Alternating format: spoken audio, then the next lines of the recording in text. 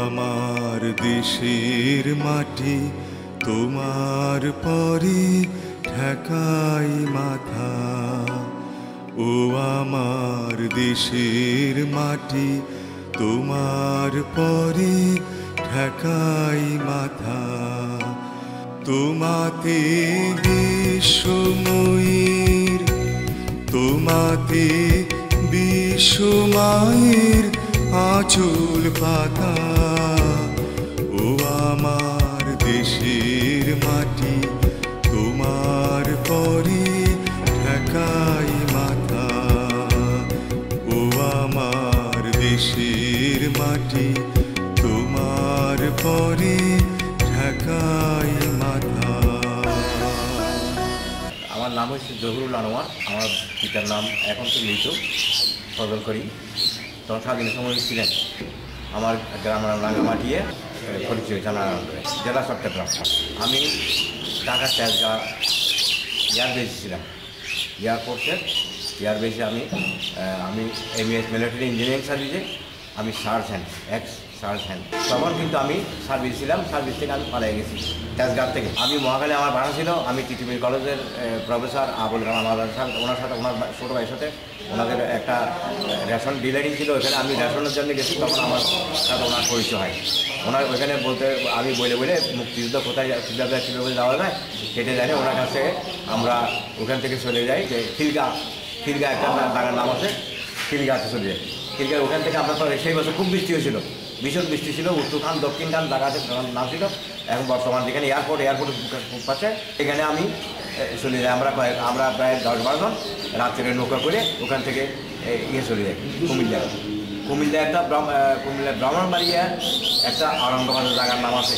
ওইখানে একটা কলেজ আছে, কলেজটার নাম আমি এখন ভুলে গেছি। আরঙ্গবাজার থেকে আরঙ্গবাজার ওই ব্রাহ্মণবাড়িয়া আরঙ্গবাজার থেকে আমাদেরকে সিএমবি রোড পার করার জন্য বেলা ডুবোর একটু আগে দিয়ে খবর আসলো তোমরা এখন পার হয়ে যেতে হবে এখানে। তখন আমরা চলে গেলাম। তখন কিন্তু 2-4 জন রাজাকার ছিল ওখানে ডিউটিতে। ওই রাজাকার বলে কিন্তু আমাদেরকে বিরাট যথেষ্ট উপকার করছে। সিএমবি রোডের পুকুরে চলে গেলাম। পুকুরে চলে যাওয়ার পরে ওই কুমিল্লা চৈতিগ্রাম ওইদিকে গ্রাম থেকে ইন্ডিয়ার বর্ডার চলে আসছে। ইন্ডিয়ার বর্ডার মধ্যে ঢুকে গেলাম। ওখানে দেখছি আমরা রাতে সন্ধ্যার সময় ওইখানে 100 রাত্রির বাড়িতে ওই বেসা ওইদিকে আমার মনে হয় 3 দিনের উপবাসের পরে আমরা ভাত খাইলাম। চলে যাওয়ার পরে আমাদেরকে বললো কি তোমরা কলেজ স্ট্রিটে চলে যাও। আমরা ওইদিকে আগরতলা কলেজ স্ট্রিটে ফাঁসি ছিল। তখন তো আব্দুল কুদ্দুস মাক্কা সাহেব মারা গেছেন, আল্লাহ জান্নাত নসিব করুক। শেখ মনির সাহেব মারা গেছেন, ওনাকে আল্লাহ জান্নাত। তখন শেখ মনির সাহেব আর আব্দুল কুদ্দুস মাক্কান ছাত্রনেতা, তখন ওনারা দুজনই ওই কলেজ স্ট্রিটের মধ্যে হোস্টেলে ছিলেন। তো ওখানে অনেক লোক, তখন তো সব জায়গায় লোক হারাইল। সেখান থেকে ওনারা আমাদেরকে বললো কি তোমরা এখন এখানে থাকো আজকে রাত্রে, কালকে সকালে তোমাদেরকে ওই ট্রেনিং সেন্টারে পাঠিয়ে দেবো।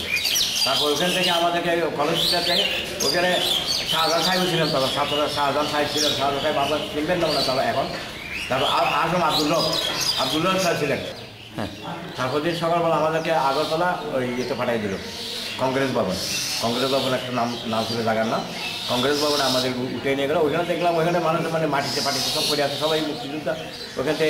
ওইখান থেকে আমাদেরকে পাঠিয়ে দিল উদয়পুর একটা বাজার আছে, বাজারে খুব পাশে একটা ক্যাম্প ছিল, আমাদেরকে ওখানে নিয়ে গেছে। ওখান থেকে আমাদেরকে সকালবেলা ওখানে ইয়েতে পালাটোনা ক্যান্টনমেন্টের পালাটোনা একটা ক্যাম্প ছিল, ট্রেনিং সেন্টার, পালাটোনা ক্যান্টনমেন্টে নিয়ে গেল। তখন আমি ওই পাকিস্তানিদের সাথে পাকিস্তান আমলে চাকরি করার জন্যে আমার তো ভালো উর্দু জানা ছিল। তখন আমাকে ওখানে বাংলাদেশ তো অনেক ছেলে বেড়েছিল, ইউনিভার্সিটির ছাত্র, কলেজের ছাত্র সবাই ছিল, কিন্তু কেউ তো উর্দু জানতো না ভালো করে। উর্দু জানার জন্য ওখানে আমাকে কেমন কমান্ডার বানিয়ে দিল। শুধুমাত্র উর্দু ট্রান্সলেট করার জন্য আমাদের প্রায় ওই কমান্ডার মধ্যে 5টা ছিল, A group, B group, C group, এভাবে 5টা গ্রুপ আমাদের ছিলাম। আমরা গ্রুপে আমি এই গ্রুপ প্রথম গ্রুপে ছিলাম। এখানে ট্রেনিং করার পরে আমি দেশে চলে আসি। বা আমাদেরকে নিয়ে আসলো ইয়েতে হরিণা ক্যান্টনমেন্টে, হরিণা ক্যাম্প ছিল। ওখানে আর্মি অফিসার ছিলেন এক ক্যাপ্টেন, তখন উনি গুলি খাইছিলেন, ক্যাপ্টেন এনামুল হক। তা ওইখানে চাইছে আমাকে সিটাং, আমি পরিচয়তে আমার বাড়ি পরিচয় হইলে আমি পরিচয়তে যুদ্ধ করিনি, আমি যুদ্ধ করছি ফাঁসারাজ থানার আন্ডারে। আমার কমান্ডার ছিল ওখানে জানাশোনার জন্যে স্থানীয় লোক, ওর নাম হচ্ছে বসর কমান্ডার। বসন কমান্ডার, জাহাঙ্গীর কমান্ডার, ওদের সাথে আমরা একসাথে ট্রেনিং করি ইন্ডিয়াতে। দু একজনের নাম মনে আছে। একজনের নাম ছিল তাজুল ইসলাম, শহীদের নাম আছিল একজন নাম আছে করিম সাহেব, পুরো নাম তো জানি না, করিম সাহেব, সবাই করিম সাহেব ডাকতাম আমাকে। বলতারহাটের ওখান থেকে আমরা ওখানে থাকি, আগের পুরানো রেডিও স্টেশন আছে না, রেডিও স্টেশন বাউন্ডারির সাথে লাগানো পশ্চিম পাশে বাড়িটা, ওখানে ছিলাম। তারপর ওরা দিবে ছিল, তখন আমাদেরকে নিয়ে গেল বছরের নিজের বাইরে বলতারহাটের জাকারিয়া নাম ছিল ওনার, জাকারিয়া সাহেব, ওনার ভাই বিমান, বাংলা বিমানে চাকরি করতো। জাকারিয়া সাহেব, আমি জাকারিয়া ছোটো ভাই, ওর নাম আমি এখন ভুলে গেছি, কিন্তু উনি আমাদেরকে দিদার সাহেব, ওনারা আমাদেরকে যথেষ্ট সাহায্য করছেন। আমরা রাত্রে আমরা কালুঘাটে অবস্থায় গেছিলাম, কালুঘাট ব্রিজের সাথে খুব পাশে বাড়ি, একজন কোব্বাস চেয়ারম্যান, শান্তি কমিটির চেয়ারম্যান ছিল। আমাদেরকে অর্ডার করে এই করলো, আমাদের কমান্ডার বললেন যে তোমরা এখানে চলে যাও।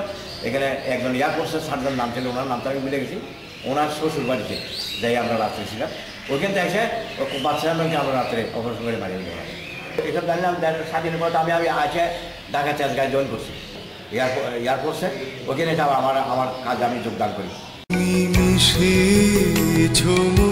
দেহের শানে তুমি মিলেছ মোর প্রাণে মনে, মিশেছ মোর দেহের শানে, তুমি মিলেছ মোর প্রাণে মনে, তোমারই শ্যামল বরণ কোমল মূর্তি মর্মে গাথা, ও আমার দেশের মাটি তোমার পরে ঠেকাই মাথা।